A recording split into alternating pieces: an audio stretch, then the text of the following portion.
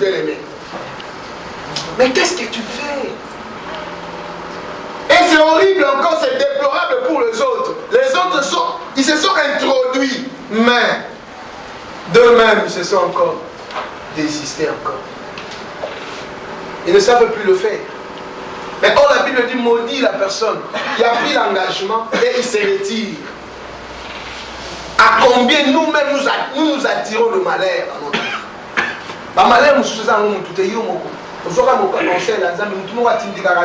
Moi je vais faire ceci, mais tu n'arrives plus à le faire. Pourquoi?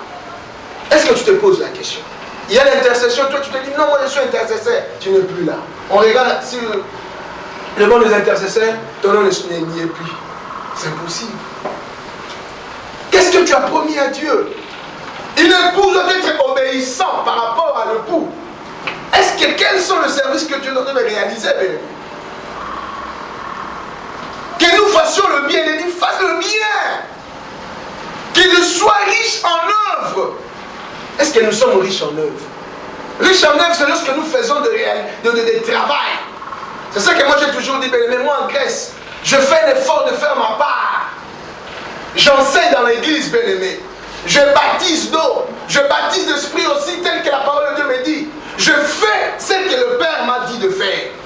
Toi aussi cherche à faire quelque chose. Si tu le fais, insiste encore à le faire. Ne le fais pas avec négligence, bien-aimé. Sinon tu ne seras jamais rémunéré, bien-aimé. Dieu paiera chacun de nous par rapport aux œuvres que nous réalisons sur la terre. Nous sommes riches. Dans les bonnes œuvres, nous sommes riches. Dans des œuvres négatives. Mais si on regarde en toi, on ne retrouve aucun des œuvres positives. En toi, il n'y a que l'impudicité, il n'y a que la calomnie, l'ivrognerie. Tout ce qui est négatif, c'est ce qu'on retrouve en toi. Bien-aimé, enfant de Dieu encore, tu te dis non, moi je suis enfant de Dieu. C'est même tu es enfant de Dieu lorsque tu viens à l'église, pieux comme un enfant vraiment juste. Mais lorsque tu quittes seulement ici, on ne sait plus te retrouver. Bien-aimé, le service. Je le répète encore, bien-aimé, les services.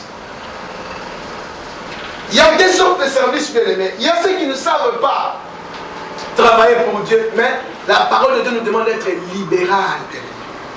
Tu peux aussi travailler avec ton argent.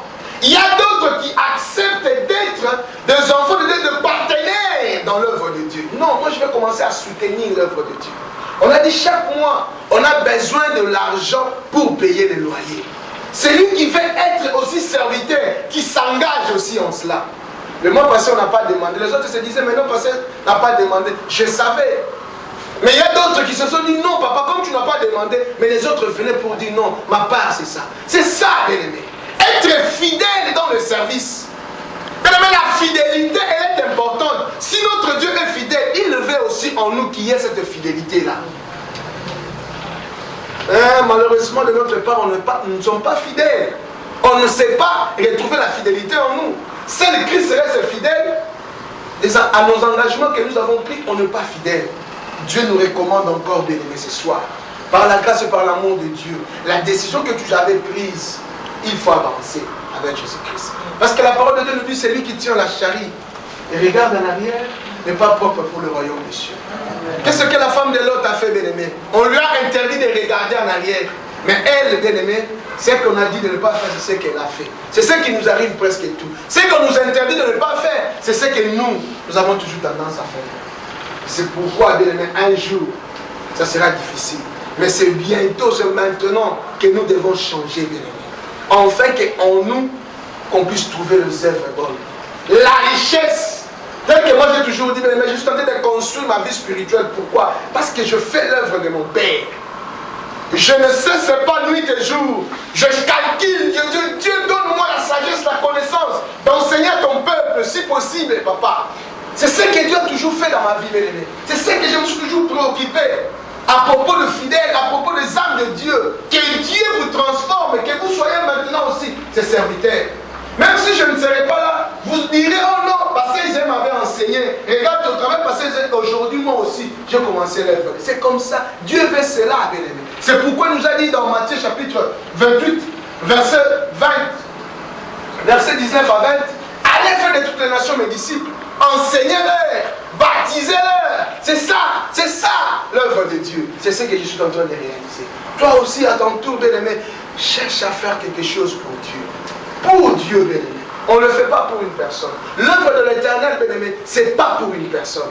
Ça me donne vraiment de regret en voyant quelqu'un qui a accepté de travailler pour Dieu, mais après un certain moment, il abandonne. Il dit que non, moi je ne saurais pas, moi je ne vais plus le faire. Ça me donne vraiment de pitié. Peuple de Dieu, serviteur de Dieu, cherchons à faire l'œuvre de Dieu. Cherchons à réaliser ce que Dieu nous demande. Et lorsque nous allons réaliser cela, Dieu va être glorifié. Et bien-aimé, nous allons vivre la récompense de toutes les œuvres que nous sommes en train de réaliser. Mais tout ce que nous faisons, bien-aimé, un jour, nous serons payés, bien-aimé. Que nous le voulions ou pas, bien-aimé. La Bible dit le salaire du péché, c'est quoi? C'est la mort. Mais le salaire de celui qui travaille pour Dieu, c'est quoi? La bénédiction, la vie éternelle, la couronne t'attend, bien-aimé. Cherche à faire l'œuvre de Dieu, bien-aimé. Cherche à enrichir spirituellement. Sois riche. Tu veux être riche. Comme les gens de ce monde aujourd'hui. C'est seulement ceux qui travaillent pour Dieu. Seulement ceux qui acceptent, bien-aimé, de faire l'œuvre de l'Éternel.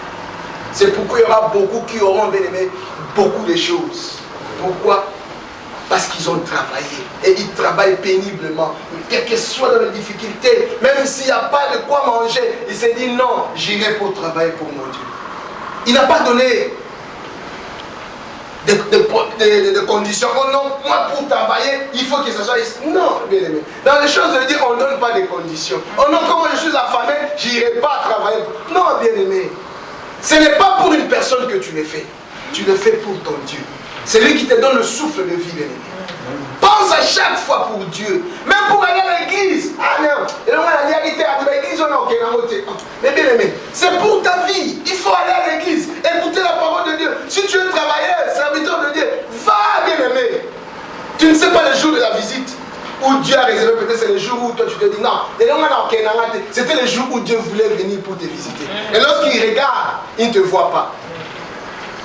Tu vois combien tu as raté la bénédiction. Et comme on a toujours dit, nous sommes nombreux, tu vas encore attendre. Ton tour encore va encore retourner pour encore que tu puisses encore être béni. C'est pourquoi cherche à être toujours là lorsqu'on a besoin de toi. Lorsque Dieu a besoin de toi, dis-toi comme le pasteur Jean a toujours dit, mais voici, moi je suis là, je vais travailler. C'est ça un vrai serviteur de Dieu. Si tu ne le fais pas, bien aimé, c'est vraiment impossible. Sois là, là où Dieu demande les gens pour travailler pour lui. Amen. Amen. Ok, le 10e, pour ceux qui écrivent. Le caractéristique du christianisme. Le 10, c'est un sacrifice, bien aimé. À part le service, il y a ce que nous appelons maintenant le sacrifice. Tu ne peux pas travailler pour Dieu sans avoir de faire de sacrifice. Il faut que tu te sacrifies pour celui qui t'aime, pour celui qui te donne le souffle de vie. Dieu aime, c'est lui qui se sacrifie, bien aimé. Les sacrifices sont importants. Ici, on parlait sacrifice, tendance à des choses. Dans l'ancienne alliance et dans la nouvelle alliance. Dans l'ancienne alliance, si on va parler sacrifice, c'est tout simplement, c'était l'offrande nécessaire pour s'approcher de Dieu. C'est que tout le monde qui cherchait à s'approcher de Dieu, il devait faire le sacrifice.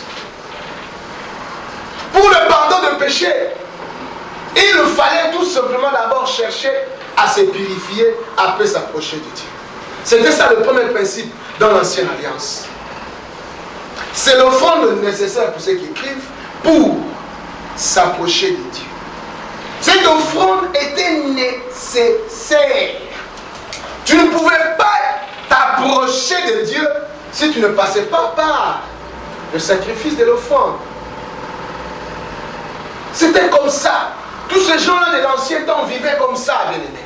Même lui-même, le souverain sacrificateur, avant d'entrer dans le sanctuaire de Dieu, dans le tabernacle, dans le lieu très saint, il fallait qu'il puisse d'abord se purifier. Et après prendre maintenant le sang et entrer, asperger et entrer. On ne savait pas si le souverain sacrificateur pouvait sortir. Bien aimé, c'était ça, la première étape à propos du sacrifice. C'était lui-même l'Éternel qui David a institué cela. C'était lui qui a voulu que ça soit ainsi. Il nous entrait, il nous cherchait, il s'approchait de Dieu par rapport à leur sacrifice. On prenait un taureau, on le laissait partir dans le désert, et le désert on le prenait, on le découpait, on prenait le sang pour aller asperger les bébés. En fait, qu'il y ait tout simplement pardon du péché. C'était comme ça que ça se faisait. Le sacrifice, autrefois.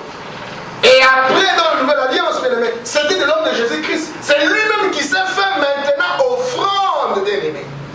L'offrande par excellence, c'était Jésus-Christ lui-même. Pour le pardon de tous nos péchés. C'était une fois et c'était fini. Mais à chaque fois, on a besoin de ce sang-là. C'est pourquoi à chaque fois, dans nos prières, nous demandons le sang de Jésus-Christ. Pourquoi? Pour nous purifier. Amen. Est-ce qu'il y a quelqu'un qui me suit? Est-ce que ça passe? Bien. Ok. C'était Jésus-Christ, l'offrande par excellence, bien aimé. Il a accepté de se donner. Il a accepté de monter sur la croix. Et ce jour, il a dit tout est accompli. C'est là où, bien aimé, nous trouvons encore grâce pour s'approcher de Dieu. Avant de nous approcher de Dieu, on vient, on se purifie spirituellement par le sang de Jésus-Christ. Et après cela, nous venons maintenant devant la présence de Dieu. Et Dieu nous voit maintenant juste. Parce que lorsque nous invoquons tout simplement le sang, et le sang descend, elle nous purifie. Ce sang purifie nos vies. Et nous devenons pires juste devant Dieu. Et pour le croyant, aujourd'hui, nous allons dire maintenant, pour le croyant aujourd'hui, c'est spirituel. Nous sommes invités à offrir aujourd'hui maintenant, nous étant que les croyants, après la mort de Jésus-Christ, nous qui sommes fidèles aujourd'hui, nous qui sommes croyants, enfants de Dieu, saints de Dieu, on a besoin spirituellement, bien aimé, à être invités, bien aimé. Il y a 4 points pour ceux qui vont écrire. Nous sommes invités à offrir, premièrement, bien aimé, nos corps comme sacrifice devant Dieu.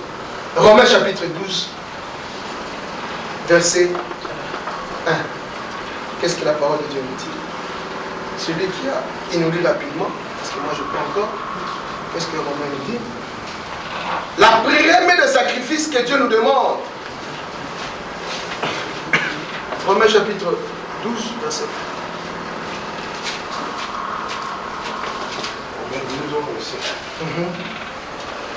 Je vous exhorte donc, frères, à la compassion de Dieu, à offrir vos corps comme un sacrifice vivant, saint, agréable à Dieu, ce qui sera de votre part un culte raisonnable. Amen. Amen. Parce que, bien aimé, à chaque fois, nous devons rendre culte à notre Dieu. Les autres fois, lorsque Israël était encore en désert, était encore dans l'Égypte, ils avaient du mal à rendre culte à Dieu. Or, Dieu voulait que ses enfants lui rendent culte à chaque fois.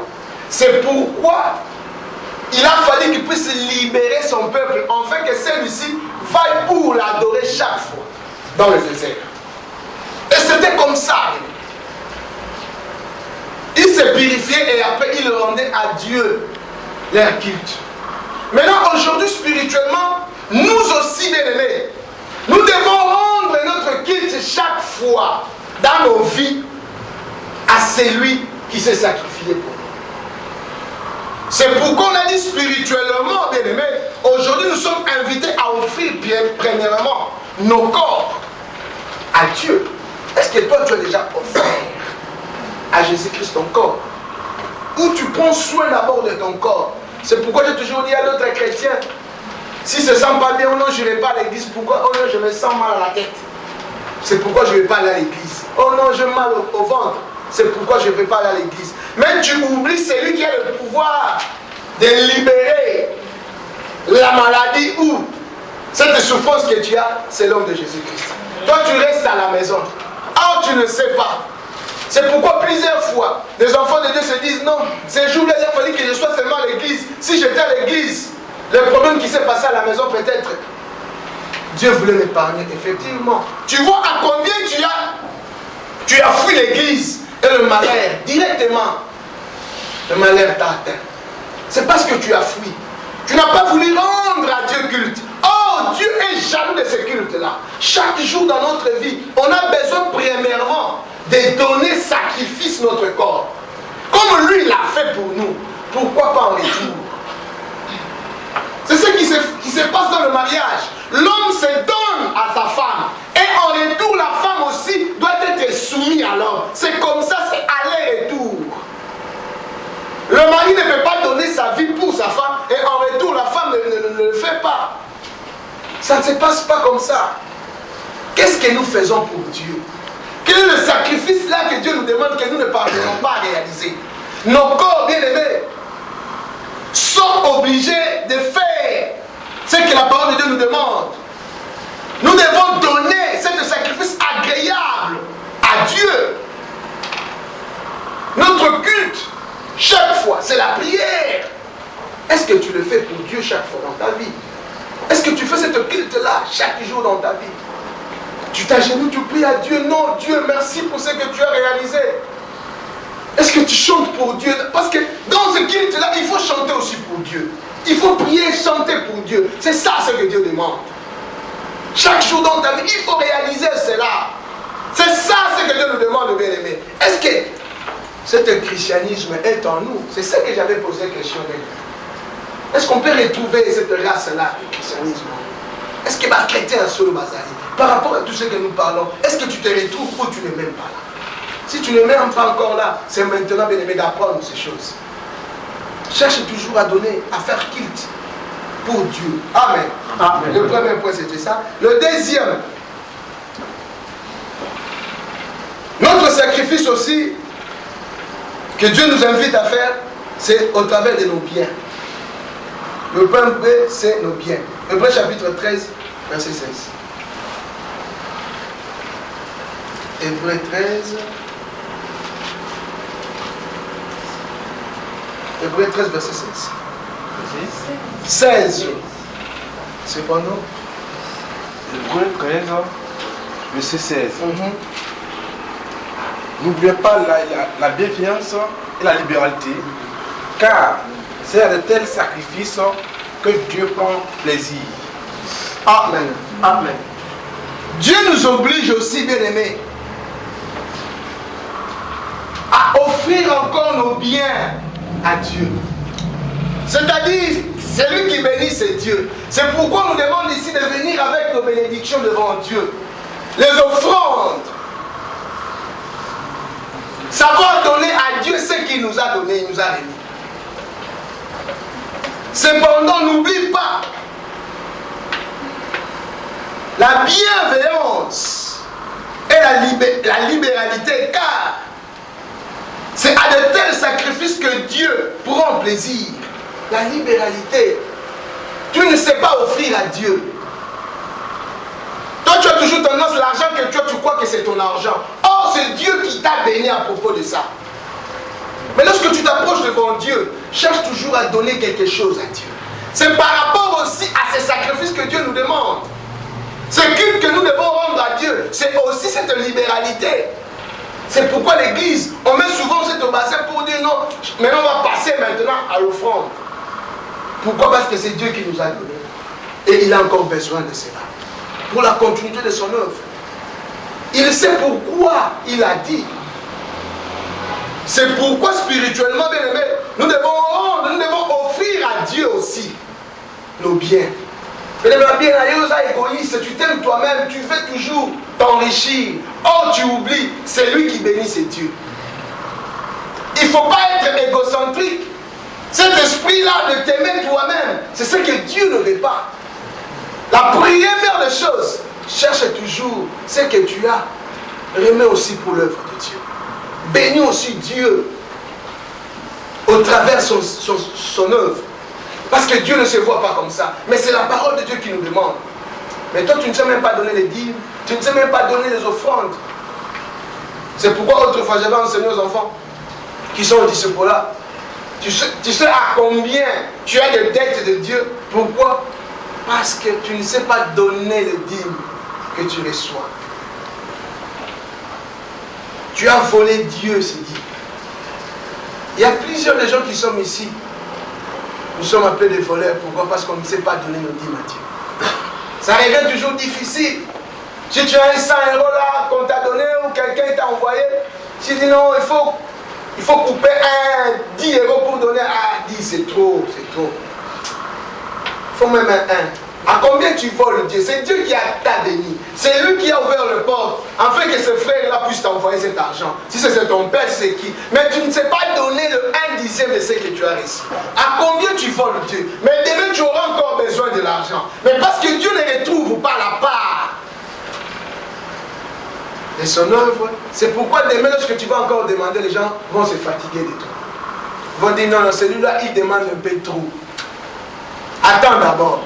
Tu ne sais pas. Mais si tu donnes ta part aussi à Dieu, lorsque ces gens-là vont refuser de donner, tu vas t'agenouiller tout simplement. Oh Dieu, tu sais, lorsque tu me donnes, j'ai toujours tendance à couper ce 1/10.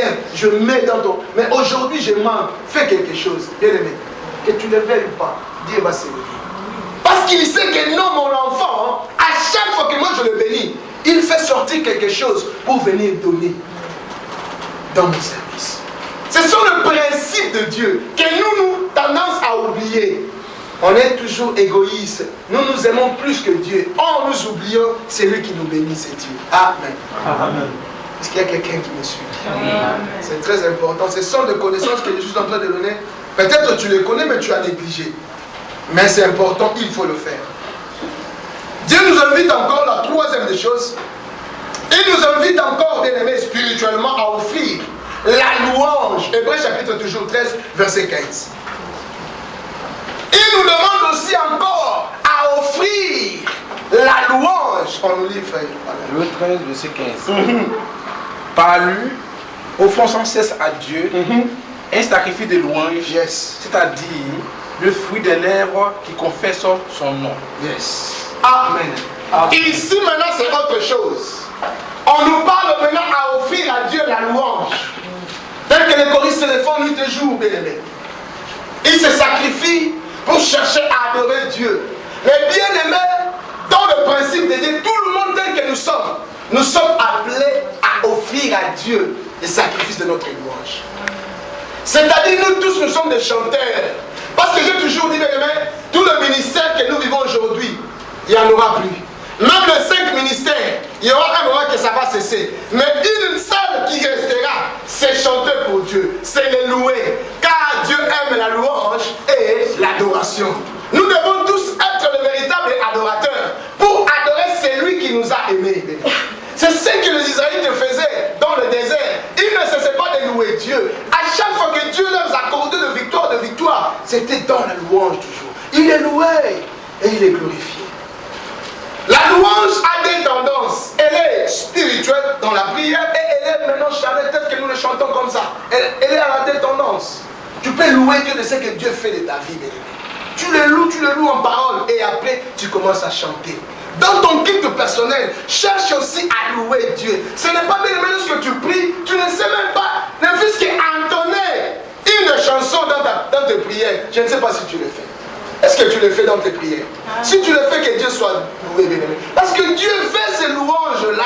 Ça lui fait du bien. Il s'est dit non. Lorsqu'il est assis, lorsqu'il écoute comme ça, il prend son pied là, il me dit oui, mon enfant, t'as m'adorer. Vraiment, c'est bien. Continue comme ça. Ça me fait du bien. C'est ce que Dieu demande dans notre vie, bien aimé. Dans nos prières, que nous puissions toujours, même depuis le commencement jusqu'à la fin, louer l'Éternel. Ce sont là les secrets. Le véritable chrétien, bien aimé. Vivre le christianisme, bien aimé. C'est ça, c'est que Dieu, la louange, tel qu'elle nous demande, le sacrifice de louange. De nos bouches, bien aimé, confesser à chaque fois. Que Dieu bénisse les choristes, qu'il avance encore, qu'il cherche encore Dieu, qu'il nous fait toujours entrer dans la présence de Dieu. Et Dieu va vous bénir si vous le faites tellement bien. Amen. Cherchez toujours à le faire. Il ne faut jamais pas abandonner vos postes. Être toujours là, même si ça ne tient pas, toi, sois toujours là. Et Dieu va se souvenir de toi. Amen. Et nous, peuple de Dieu, bien aimé, on est obligé de le faire aussi. Dans nos cultes personnels à la maison, de le faire aussi. À part l'église. Parce qu'un chrétien doit toujours faire ce culte-là, nuit et jour dans sa vie. C'est important et c'est pourquoi, bien aimé, Dieu nous demande de le faire. Amen. Le dernier point, c'est le dernier, on nous dit, non pour être récit de Dieu, mais pour témoigner l'abondance de notre reconnaissance. C'est ça le quatrième point. Nous devons toujours, dans la louange aussi, continuer aussi à témoigner de ce que Dieu fait dans nos vies. Dieu cherche des témoins fidèles, des témoins qui doivent témoigner de ce que Dieu fait dans leur vie. Qu'est-ce que Dieu a déjà fait dans ta vie? Est-ce que tu parviens aussi à le dire, aux autres? Ceux qui sont fatigués, ils se disent non, moi je n'en peux plus, je ne sais plus quoi faire, vraiment Dieu m'a abandonné. Est-ce que tu les ramènes dans le témoignage de ce que Dieu a fait dans ta vie? C'est ce que j'ai toujours dit, il y a deux sortes de témoignages dans ta vie. Il y a ce témoignage positif et de ce témoignage négatif. Ça peut arriver que tu as échoué, mais il faut toujours témoigner de cet échec-là. Et c'est Dieu qui a voulu que tu puisses échouer. Pourquoi? Parce qu'après cela, Dieu aussi va encore manifester encore quelque chose dans ta vie. Toujours témoigner la reconnaissance de ce que Dieu réalise dans nos vies. Dieu veut que nous puissions être reconnaissants. Cette souffle que nous avons aujourd'hui, c'est à cause de Dieu, c'est Dieu qui nous a donné. Mais si aujourd'hui on n'arrive pas même à dire à quelqu'un, tu sais ce qu'aujourd'hui, ce que je vis moi, c'est Dieu. Si ce n'était pas Dieu, vraiment impossible. Dis-le aux autres, bien-aimés. Parlez aux autres de ce que Dieu fait de ta vie. Enseigne aux autres, bien-aimés. Témoigne de la connaissance de Dieu. Dis aux autres combien Dieu est merveilleux. C'est ça le culte, c'est ce que Dieu demande dans ta vie, bien-aimés. Elles sont importantes. C'est pourquoi on en parle aujourd'hui. Pour la grâce de Dieu, tel que le temps n'est plus là, je vais m'arrêter aujourd'hui ici. Si Dieu nous prête encore grâce, on va continuer encore. Amen. Amen. Est-ce qu'il y a quelqu'un qui a été béni de la parole? Amen.